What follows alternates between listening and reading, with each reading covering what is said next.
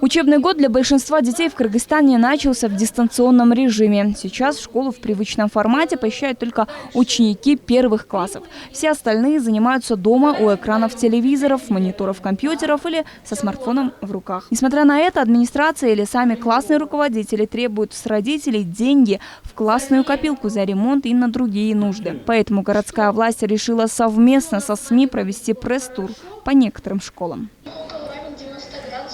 Молодец, развернутый угол.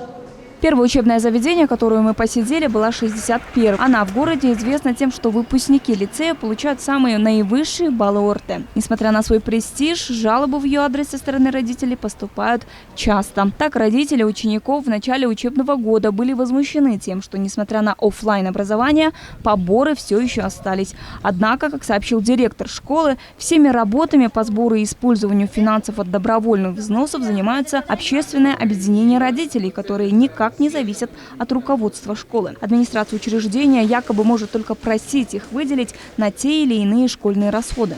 В этом учебном году добровольные взносы все еще продолжаются. До 70% от всех собранной суммы идет сотрудникам, учителям и сотрудникам школы при распределении. В том числе и вот эти налоги, там соцфонд, и это вот идет. Надо мне что-то купить в школу или построить? Я обращаюсь заранее, пишу письмо, ходатайство, они рассматривают по любой мелочи. Вот вчера привезли вчера буквально канцелярские товары. Я вот, просил, писал письмо, что-то нам дали, что-то не дали. Более того, на встречу с журналистами председатель общественного фонда, которая является родителем одного из учеников этой школы, не пришла.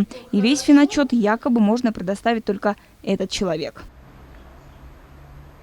Далее мы поехали в 17-ю школу-гимназию. Некоторые родители этого учебного комплекса также жаловались в разные СМИ о том, что в школе, несмотря на дистанционное обучение, собирают в родительский фонд деньги. Как сообщила директор учебно-воспитательного комплекса, в действительности ежемесячные взносы составляют 450 сомов. В месяц, как потом отчитались представители родительского комитета школы, сумма насчитывается в 500 тысяч сомов. Эти средства, как и в 61-й, уходят на дополнительный заработок учителей, охрану, уборку, дезинфекцию школы и не только.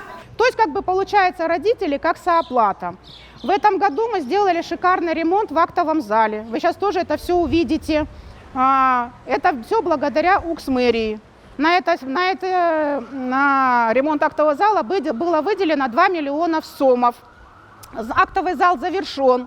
Но, опять-таки, мы обращаемся к родителям. Зал существует, но нужно купить кресло, нужно сшить шторы, нужно приобрести видеопроектор. Получается, это родители. То есть, каждый шаг, о чем я буду говорить, это обязательно идет совместными усилиями, как сооплата. Как сообщили представители родительского фонда, в год сумма собранных средств достигает до 4,5 миллионов сомов. Однако четко ответить, на что и как тратятся деньги, родители не смогли. По их словам, в школе никто никого не принуждает выплачивать добровольные взносы. По итогам прошлого учебного года отказников от выплат было более 80 человек. На что вы их тратите конкретно? Вот сейчас детей нет. Но у нас идут, вы не забывайте, у нас ломаются полностью. Трубы сломаются, кто у нас будет ремонтировать? Они же не каждый день ломают. А вот нет, у вас не накопительный фонд разве? Накопительный. На сегодняшний день сейчас на счету фонда сколько денег с момента его создания? Сейчас находится? Нет, вы извините, мы сейчас, во-первых, сумму мы не должны распространять. Вы потом не забывайте, что мы отчеты... Первый год работаем. Первый год, и во-первых. А во-вторых, мы перед родителями отчет делаем. Перед родителями, понимаете? Стоит напомнить, что городская власть ежегодно предусматривает из бюджета 4 миллиарда сомов в сферу образования. Муниципалитет выделяет школам средства лишь по нескольким статьям. Половина бюджета города направляется на образование. Это порядка 4 миллиардов сомов ежегодно.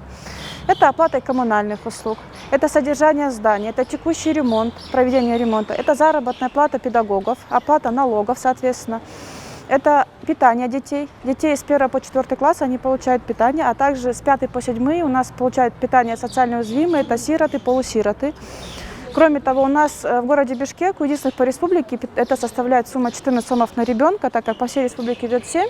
У нас увеличено по решению депутатов Бишкекского городского кенеша до 14 сомов.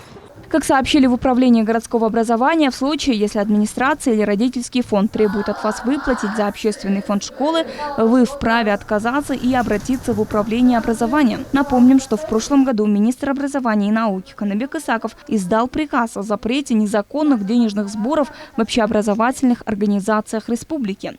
При выявлении фактов незаконного взимания средств администрации или учителям, либо оказаниями морально-психологического давления на учащихся и их родителей, к виновным будут применяться меры наказания вплоть до увольнения. Айдаматбек, Валтанбек Сакиев, Нью ТВ.